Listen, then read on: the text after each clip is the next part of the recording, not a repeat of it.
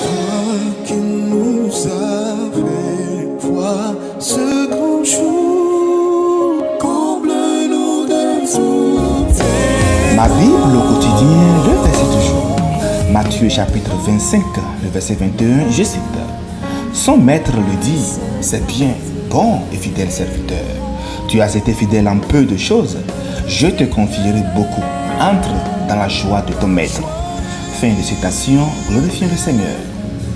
Le verset du jour nous appelle à la fidélité et à une gestion responsable de ce que Dieu nous a donné. Bien-aimés, au sein du chapitre 25, Jésus a dit une série de paraboles pour illustrer la préparation pour son retour. Cette parabole des talents fait partie de ce récit. Elle présente un maître qui distribue des talents à ses serviteurs.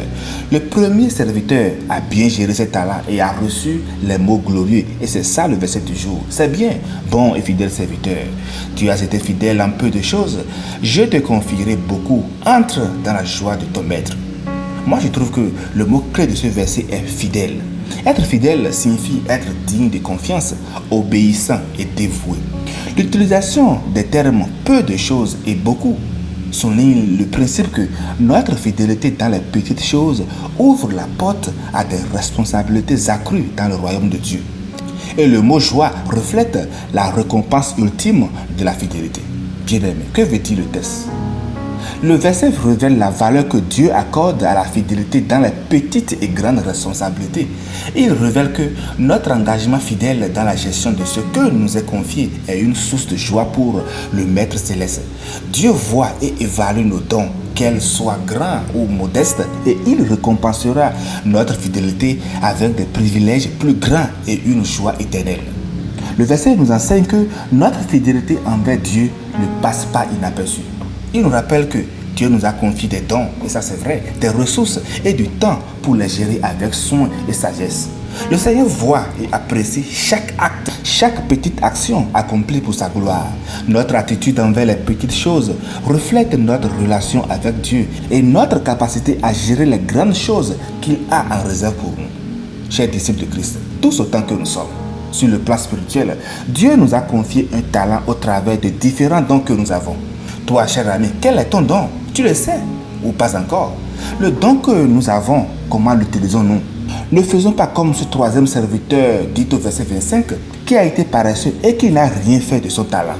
Ce qui est fun dans le verset du jour est que la fidélité du serviteur découle de sa capacité à fructifier le talent confié par le maître. La fidélité ne se limite pas à la préservation du talent initial, mais à son utilisation productive pour le bien du maître. Cette fructification reflète non seulement une bonne gestion des ressources, mais aussi une attitude de responsabilité, de diligence et de confiance envers le maître. Bien-aimé, je suis aussi tenté d'éprouver notre fidélité sur le plan charnel. La fidélité commence dans de simples choses. Le verset nous dit « Tu as été fidèle en peu de choses ». Garder ses engagements, tenir ses promesses, être au rendez-vous, payer ses factures, ne pas tromper son partenaire, être sincère en affaires. Voilà bien de domaines où nous pouvons démontrer que nous sommes porteurs de ce fruit délicieux, la fidélité. Comme tout fruit de l'esprit, la fidélité se cultive et s'entretient. Ce caractère se développe en nous par le secours bienveillant du Saint-Esprit pour nous conduire jusqu'aux portes du royaume éternel. Apocalypse 17, verset 14 nous dit « Sois fidèle jusqu'à la mort et je te donnerai la couronne de la vie ». Est-ce encore possible de trouver de la fidélité aujourd'hui dans nos relations interpersonnelles? Je vous laisse répondre. Je vois des animaux de compagnie très fidèles à leur maître aujourd'hui. Ces animaux seraient même prêts à donner leur vie pour leur maître. Mais si un animal peut agir de cette manière par instinct, à combien plus forte raison, chers amis, les chrétiens que nous sommes, nous qui avons reçu les plus précieuses grâces de la part du Seigneur et avons goûté au don céleste, devrions servir nos maîtres avec une fidélité sans faille. Nous savons, chers amis, comme nous le rappelle le verset du jour, que ce qui sera récompensé par notre maître, ce ne sont pas les succès, les exploits, les miracles, mais plutôt la fidélité. Chers frères, chers sœurs, Dieu voit tout ce que tu fais avec ton cœur.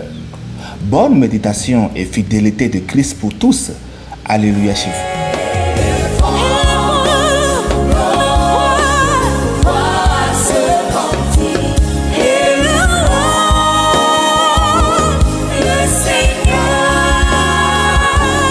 La joie